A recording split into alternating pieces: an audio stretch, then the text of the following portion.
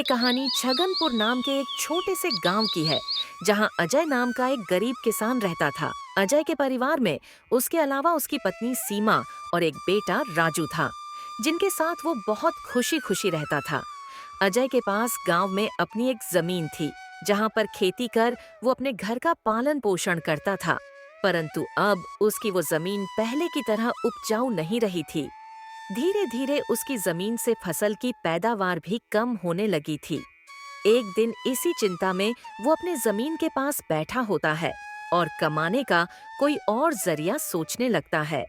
दिन प्रतिदिन मेरे इस जमीन से उगने वाली फसल कम होती जा रही है। लगता है मुझे अब कोई दूसरी जमीन लेकर काम करना होगा या तो कोई और जरिया ढूंढना होगा कमाने का। पर अब मैं इस जमीन के भरोसे नहीं रह सकता हूँ। चलो एक बार चल के सीमा से राय लेकर देखता हूँ वो क्या कहती है इस बारे में। अजय तुरंत खेत से अपने घर की तरफ चल पड़ता है।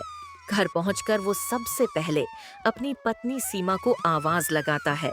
सीमा, जरा यहाँ आना तो, तुमसे एक जरूरी बात करनी है। बोलिए, आपने मुझे बुलाया।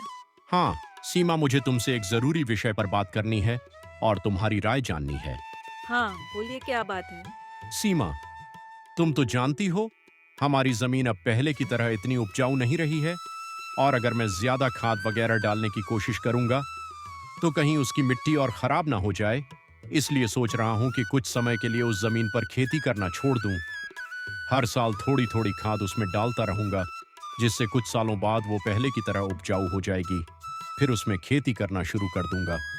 हाँ, ये ठीक रहेगा।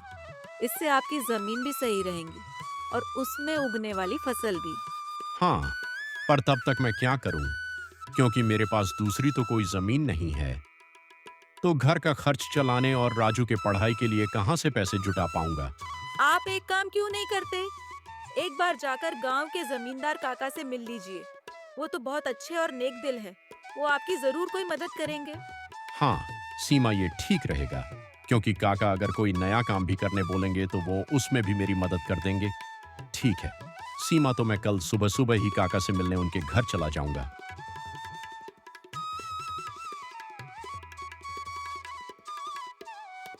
अगली सुबह अजय जमींदार से मिलने उसके घर के लिए चल पड़ता है। जमींदार के घर के बाहर पहुंचकर वो जमींदार को आवाज लगाता है। काका, क्या आप घर पर हो? अजय की आवाज सुनकर जमींदार बाहर आता है। अरे आओ अजय बेटा, बोलो क्या हुआ, कुछ काम था क्या? हाँ काका, आपकी एक मदद चाहिए थी। हाँ बोलो ना बेटा, मैं किस प्रकार तुम्हारी मदद कर सकता? अजय फटाफट से जमींदार को अपने खेत की हालत बता देता है। तो इसमें परेशान क्या होना बेटा। काका, मेरे पास एक ही जमीन है जिस पर खेती कर मैं अपने घर का खर्च चलाता हूँ, और मैंने आज तक खेती के अलावा कोई दूसरा काम भी कभी किया नहीं। तो अब यही नहीं समझ रहा है मैं क्या करूं। बेटा, खेती के अलावा दूसरा काम क्यों करना? तुम एक काम करो, मेरे पास गांव के बाहर एक जमीन है, तुम उस पर खेती करो। पर इससे तो आपका नुकसान हो जाएगा। नहीं बेटा, कोई नुकसान नहीं होगा। इसी बहाने तुम मेरी जमीन की देखरेख भी करोगे, क्योंकि अब तो मेरी उम्र भी हो गई है और मेरा बेटा भी शहर में रहता है। तो इससे तुम्हारा भी भला हो जाएगा और मेरी भी थोड़ी जिम्मेदारी कम रहेंगी। ठीक है काका, अगर ऐसी बात है तो मैं कल से ही उस खेत पर काम करने चला जाऊंगा। अजय जमींदार को धन्यवाद कहकर वहां से अपने घर के लिए निकल जाता है। अजय अपने घर पहुंचकर सीमा को सारी बात बता देता है। ये तो बहुत अच्छा है। यानी आपकी सारी चिंता ही खत्म हो गई। हाँ सीमा, अब मैं काका के खेत पर बहुत मेहनत करूंगा और कोशिश करूंगा कि एक दो और खेत खरीद लूं, क्योंकि भविष्य में ऐसी समस्या आए तो उसके लिए हम तैयार रहे।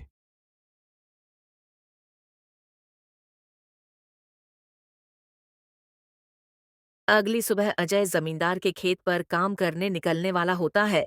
तभी वो सीमा से कहता है। सीमा सुनो, काका का खेत गांव के बाहर है, तो मुझे शाम को घर लौटने में थोड़ी देर भी हो सकती है। तो अगर मुझे देर हो जाए तो तुम और राजू खाना खाकर सो जाना। ठीक है, पर अपना ध्यान रखना।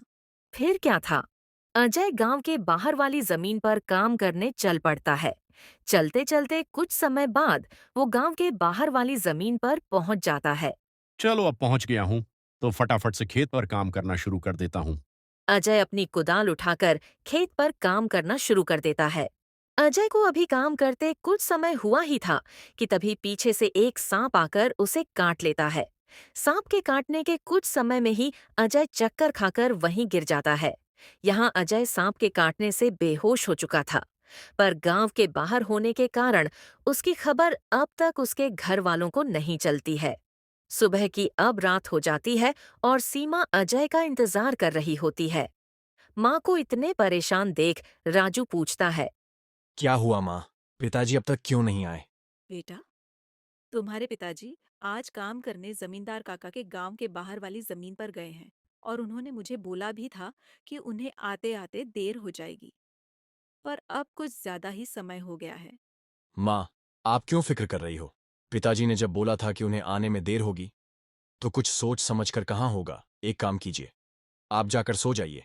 राजू की बात सुनकर सीमा अपने कमरे में सोने के लिए चली जाती है। अगली सुबह भी जब सीमा देखती है कि अजय अब तक घर नहीं आया है, तो परेशान होकर वो सीधा जमींदार से मिलने उसके घर की ओर चली जाती है। सीमा जमींदार के घर पहुंचकर उनसे अजय के बारे में पूछने लगती है। नमस्ते जमींदार काका। नमस्ते बेटी, बताओ कैसे आना हुआ? काका, अजय कल आपके गांव के बाहर वाले खेत में काम करने गए थे, पर अब तक घर नहीं आए हैं। क्या कहा बेटी? अजय कल गया था और अब तक घर नहीं आया। हाँ काका, उन्होंने मुझे कहा था कि खेत गांव के बाहर है, तो आते आते रात हो जाएगी। पर अब तो रात की सुबह हो गई, पर वो अब तक नहीं आए हैं।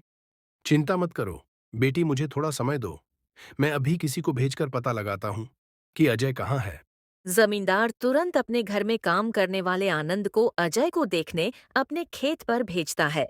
कुछ समय के बाद आनंद जमींदार के खेत पर पहुंच जाता है और वहां का दृश्य देखकर वो परेशान हो जाता है। ये क्या अजय का तो पूरा शरीर नीला पड़ चुका है।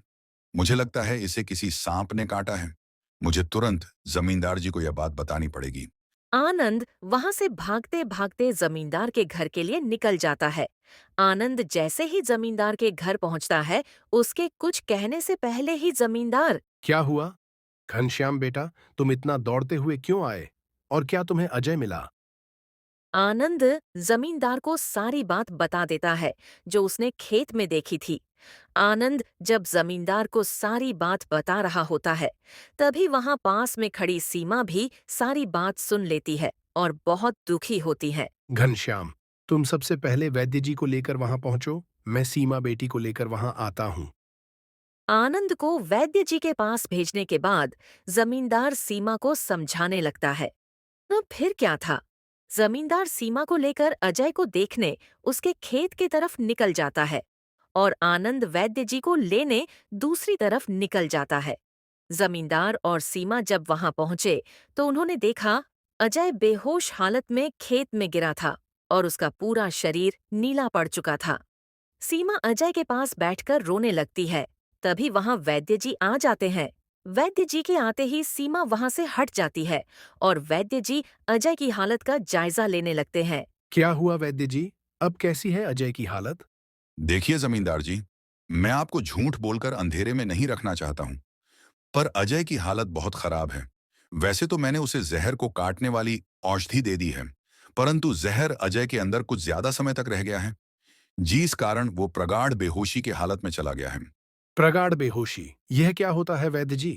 प्रगाढ़ बेहोशी की हालत में व्यक्ति जीवित तो होता है, परंतु उसके बदन के हिस्से में हलचल नहीं होती है, और यह अब कब होश में आएगा, यह भी नहीं कह सकते हैं। वैद्य जी, तो अब हम क्या करें? देखिए जमींदार जी, अभी के लिए मैं कुछ दवाइयां दे रहा हूं, उसे समय समय पर पानी में मिलाकर देना। बाकी तो सब ऊपर वाले के भरोसे हैं। वैद्य जी अजय की हालत का जायजा लेकर और दवा देकर वहां से चले गए। फिर कुछ गांव वाले अजय को लाकर उसको उसके घर के बिस्तर पर लेटा देते हैं। देखो सीमा बेटी, तुम बिल्कुल चिंता मत करना। तुम अजय की अच्छे से देखभाल करो, देखना वो बहुत जल्द ठीक हो जाएगा। और तुम्हें अगर किसी भी चीज की कोई भी जरूरत हो, तुम मुझे जरूर बता देना। और हर महीने मैं तुम्हारे लिए और राजू के लिए कुछ पैसे भेजता रहूंगा। पर तुम हिम्मत मत हारना। काका, आपने जो हमारी मदद की उसके लिए आपका धन्यवाद। और जमींदार फिर वहां से सीमा को दिलासा देकर चले जाते हैं। जमींदार के जाने के बाद वहां राजू आ जाता है और अपने पिता की हालत देखकर सीमा से उसका कारण पूछने लगता है। माँ, ये पिताजी को क्या हुआ है? तुम्हारे पिताजी को कल खेत में सांप ने काट लिया है, जिस कारण वो बेहोश हो गए हैं। बेटा, वैद्य जी ने कुछ दवाइयाँ दी है और उन्हें समय समय पर पिलाने कहा है। उन्होंने बोला कि उन दवाइयों से वो बहुत जल्द ठीक हो जाएंगे। पर माँ, पिताजी की ऐसी हालत है, तो अब हमारे घर का खर्च कैसे चलेगा? बेटा, तुम उसकी चिंता मत करो। नहीं माँ, आप क्या क्या करोगी? आप पिताजी का ध्यान रखोगी, आप घर संभालोगी कि घर का खर्च देखोगी? माँ, आप बस पिताजी का और घर का ध्यान रखो। मैं अब खेत पर काम करके घर का खर्च चलाऊंगा। नहीं बेटा, तुमको काम करने की कोई जरूरत नहीं है, मैं सब संभाल लूंगी। तुम बस अपने पढ़ाई का ध्यान रखो। तुम्हारे पिताजी का सपना है कि तुम बहुत बड़े अफसर बनो और मैं तुम्हें वो बनाकर रहूंगी, भले उसके लिए मुझे कितनी भी मेहनत क्यों न करनी पड़े। फिर सीमा राजू को वहां से पढ़ने भेज देती है। मुझे अब कुछ करना ही होगा, क्योंकि मैं अब अजय का ठीक होने का इंतजार तो नहीं कर सकती हूँ। मुझे अब खुद जाकर खेती करनी होगी और हो सके तो कोई और काम भी देखना होगा। की सुबह सीमा सीधे जमींदार से मिलने पहुंच जाती है। नमस्ते जमींदार काका। नमस्ते बेटी, बताओ कैसे आना हुआ और अजय की तबीयत अब कैसी? काका, अजय की तबीयत फिलहाल तो वैसी ही है और मुझे आपकी एक मदद चाहिए थी, इसीलिए मैं आपसे मिलने चली आई हूँ। बोलो ना बेटी, मैं तुम्हारी किस प्रकार मदद कर सकता हूँ? काका, मैं चाहती हूँ कि जो जमीन आपने अजय को दी थी काम करने के लिए, आप मुझे उस पर काम करने की इजाजत दे, ताकि मैं उस पर काम करके अपने घर का खर्च और राजू की पढ़ाई करा सकूं। बेटी, पर तुम्हें वहां काम करने की कोई जरूरत नहीं है। मैं हूं ना। मैं तुम्हारे घर के लिए जो भी खर्च लगेगा हर महीने भेज दिया करूंगा। नहीं काका, आपने अब तक हमारी बहुत मदद की है। अब आप बस मुझे आपके खेत में काम करने की इजाजत दे दीजिए। मैं अब खुद काम करके अपना घर चलाऊंगी और अपने बेटे को बड़ा ऑफिसर बनाऊंगी। मुझे लगता है सीमा मेरी बात नहीं मानेगी, पर अगर वो काम करने इतने दूर जाएगी तो वो अजय का ध्यान नहीं रख पाएगी। एक काम करता हूँ, मैं सीमा को मेरी गांव के अंदर वाली जमीन पर काम करने के लिए कह देता हूँ, ताकि वो खेतों पर काम भी कर सके और अपने घर का ध्यान भी रख सके। ठीक है सीमा बेटी, मैं तुम्हें अपने खेत पर काम करने की इजाजत तो दे सकता हूँ, पर तुम्हें मेरी एक बात माननी होगी। हाँ काका, बोलिए ना। बेटी, तुम्हें मेरे गांव के बाहर वाले खेत पर काम करने की कोई जरूरत नहीं है। मेरे पास तुम्हारे घर के नजदीक भी एक खेत है। तुम वहां काम कर सकती हो, ताकि तुम अपने घर का और का उन दोनों का ख्याल रख पाओगी। काका, ये तो और भी अच्छा रहेगा, इससे तो मेरी बहुत मदद हो जाएगी। बेटी, पर एक छोटी सी समस्या है। वो खेत बाहर वाले खेत से थोड़ा छोटा है। हाँ, तो कोई बात नहीं है काका, वो खेत मेरे घर से नजदीक है, वही बहुत बड़ी बात है। मैं खेत में काम करने के साथ साथ दूसरे के घर का काम भी करना शुरू कर दूंगी, ताकि उन पैसों से मैं राजू की पढ़ाई का खर्च निकाल सकूं। बेटी, पर तुम्हें इतना काम करने की क्या जरूरत है? काका, मुझे काम करना ही होगा। अजय का सपना था कि राजू पढ़ लिख कर बड़ा आदमी बने। अगर मैं मेहनत नहीं करूंगी तो उसका सपना अधूरा रह जाएगा। राजू की पढ़ाई के लिए और घर चलाने के लिए मुझे हर हाल में ये जिम्मेदारी उठानी पड़ेगी। जमींदार सीमा के संकल्प और साहस से भावुक हो जाते हैं। ठीक है बेटी, तुम्हारी मेहनत देखकर मुझे पूरा भरोसा है कि तुम जरूर सफल होगी। मैं तुम्हारी हर संभव मदद करूंगा। तुम कड़ी मेहनत करो, भगवान भी तुम्हारे साथ है।